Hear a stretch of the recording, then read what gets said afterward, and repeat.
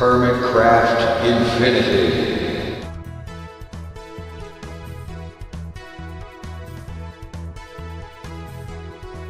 Welcome back to Hermitcraft Infinity. All right. Well, when last I was recording, I had finished up with some revenge on the Wither down there, and I had finished off these 5 division sigils worth of stuff. I got 5 nether stars. I used 4 of them to go ahead and make up this armor, and so on. And since then, I've spent more time down there killing a few more withers. 44 more, to be precise. Yeah, that was pretty good. It actually got into a routine because there was no more escapes. That extra layer on the top and back did the trick. There were no more escapes at all, and it just got to be a real nice routine. Kill 5 or 6 withers, pop back up here, recharge the sword, and go back down and do it again. Anyway, I've spent some time with this thing, the Draconic Evolution Information Tablet. And I gotta tell you, I appreciate the effort and work that went into making this. But this thing, you'll notice that my GUI scale is not what it usually is. And that's because normally I have it set to auto. And that just works just fine. But you go into anywhere in here and click on anything, say for example that. The only way to get off of this page is to click this button here. You can't use the left arrow key, you can't use the escape key, because all that does is close the book, and when you reopen it, you're right back there. And so on. And that's fine and dandy for folks who are situated for normally having their GUI scale this big. Or small or whatever. I personally don't care for it. Because normally, let's go ahead. Auto is what I normally keep it set to. And go in here, and you can't see the bottom of this thing. If I click this, that little back button is off the screen, and I can't click on it. And the left arrow key doesn't get me out of there. Tab gets me out, but it doesn't get me off this page. And the same thing with escape. Not cool. So that means I have to go over here and set my GUI scale. Oh God, that's horrible.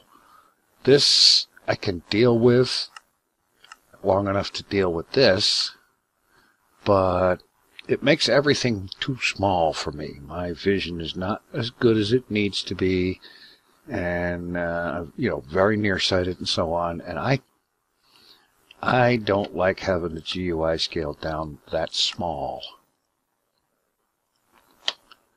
And so, anyway, just had to say that as an aside. I appreciate all the work that went into this stuff, but it could be a teensy bit more thoughtful for those who cannot, for whatever reason, handle that particular GUI scale. Anyway, the thing that I've been looking at building now is centered directly above this thing, which happens to be in the exact center of the Pentagon. Up there, centered above this thing, I want to build one of those great, big, crazy Draconic Evolution power cores because they look incredibly cool. And they hold an enormous, insane amount of power, so why not? And I'm working on managing to figure out how to get the dimensions for the components needed when the basic clue you have is an animated GIF on the website.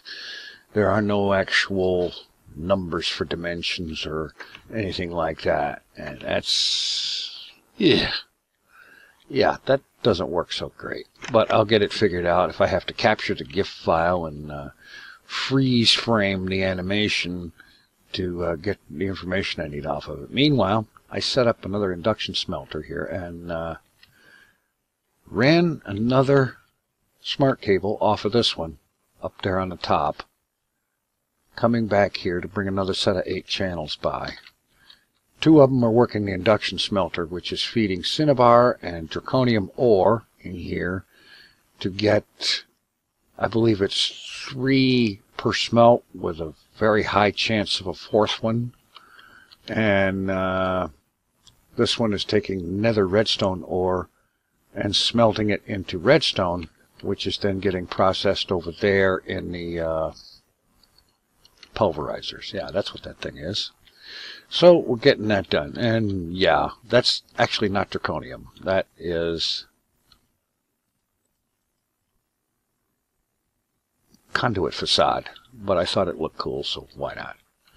Anyway, I also have to say that, yes, I didn't get a video made yesterday, and this one is actually going to be on the short side because I'm having one of those weeks. It's springtime, I'm mowing the lawn, and that takes it out of me something awful. I'm not going to go into any more of it than that. If you want to know more, you can check out on my vlog channel, TFC's Journey to the Farlands, in which in episode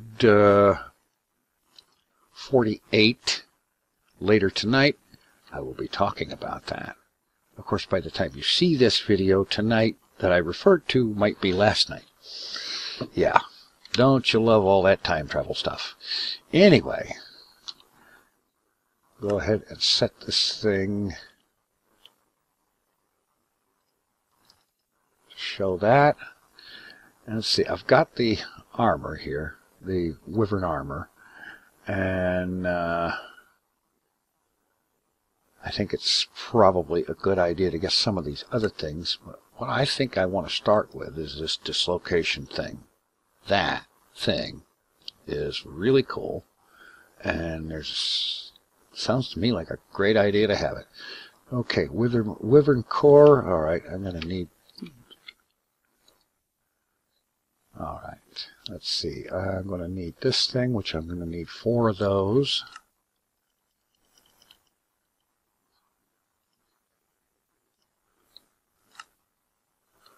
Oops. We actually need to get the key ingredient for it now, don't we? All right. Next up, I need this thing. That should be easy. Well, if I actually make up the Eye of Ender. Alright. Alright, now pop this in here. Bang. Now, I know nothing about this thing. Let's see. I believe it's shift right click. Okay. And fuel. Yeah, that's right. This thing uses fuel. And if I recall correctly, the fuel is ender pearls. Fortunately, my farm over there has yielded a pretty good amount. Alright. Alright. Add fuel.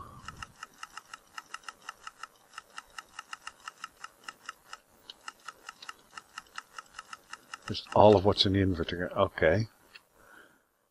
Okay, it has 176 fuel, so now I can just add locations. How about right there?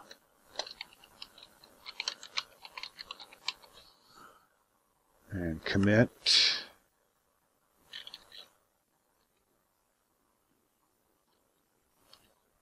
Okay, let's head outside. And now if I've got this right, select it.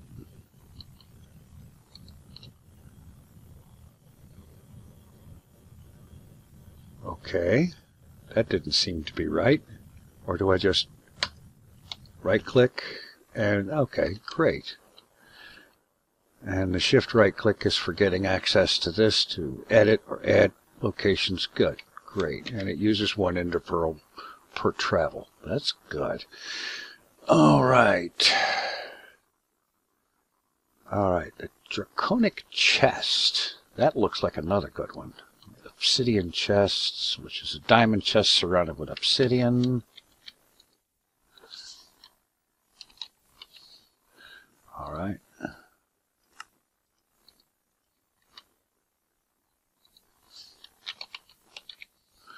We have plenty of obsidian now.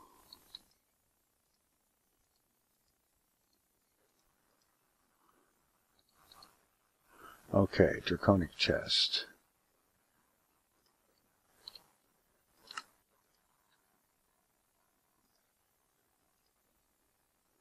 And that should take care of it. Bang. Now, as I understand it, this thing is pretty cool too. Let's see.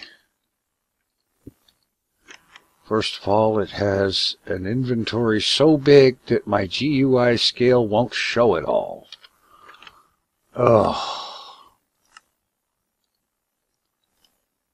I don't want to use this scale all the time. I'm going to end up having to switch back and forth. But yeah, my massive amount. Okay, it stores RF. Not sure what that slot is for. So it can store stuff and smelt stuff, so it's a great place to have as an input chest for a sorting system or processing system. And apparently for things that just need to be smelted, it's a processing system all by itself. Okay, well, that's great. Okay. Alright. Let me fix my GUI and look at a few things, and I'll be back. Alright. I'm going to go ahead and make up the Draconium tools here. The shovel and the pick, and most particularly the bow, because from what I see in here, the bow enchants are extra effective, and it has a rapid fire mode. Yeah, I'm interested in that, so let's start with the bow. Alright, I need another wyvern core, which means I need to... How about I just make a bunch of these? There. Alright, now the wyvern core. And the energy core.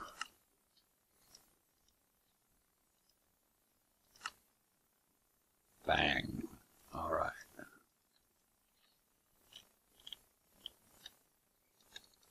Well, it would probably be useful to have some arrows, wouldn't it? I know I picked those things up. Oh, there they are.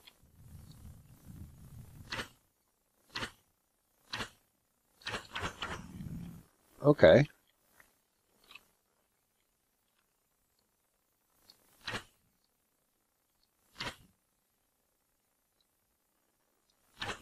Not bad.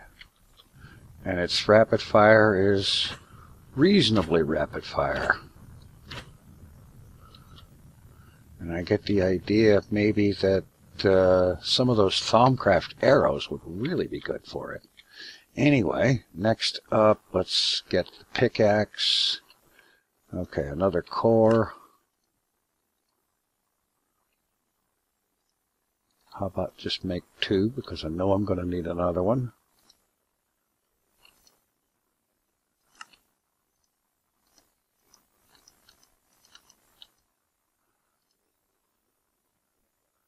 Alright, there we go. There's the pickaxe. There's the shovel. And everything's charging up.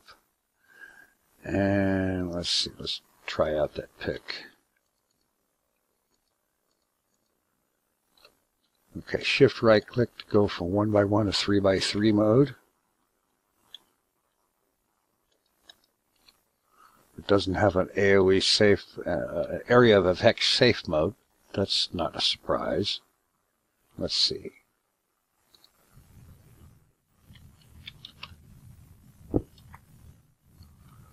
I do like the 3x3 thing.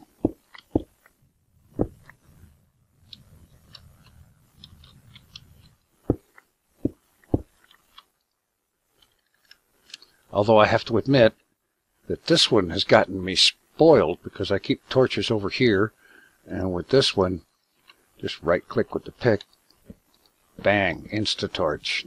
I like that. But this thing is pretty good too. Alright.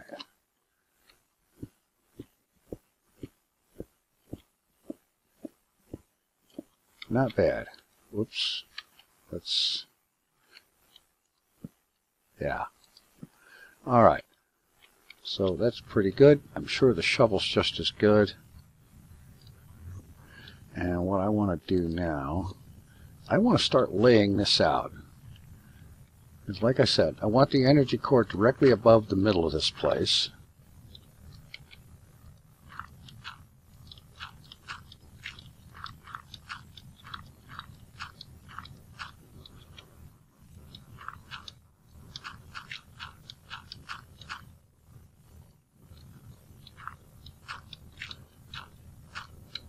And I'm going to guess and say 110 is probably a good place to put that. And so on. So I'm going to start getting that worked on just as soon as I have the building diagram figured out to exactly how much of what needs to go where. I know it's redstone and draconium ore, but like I said, oh, that's not where I wanted to be.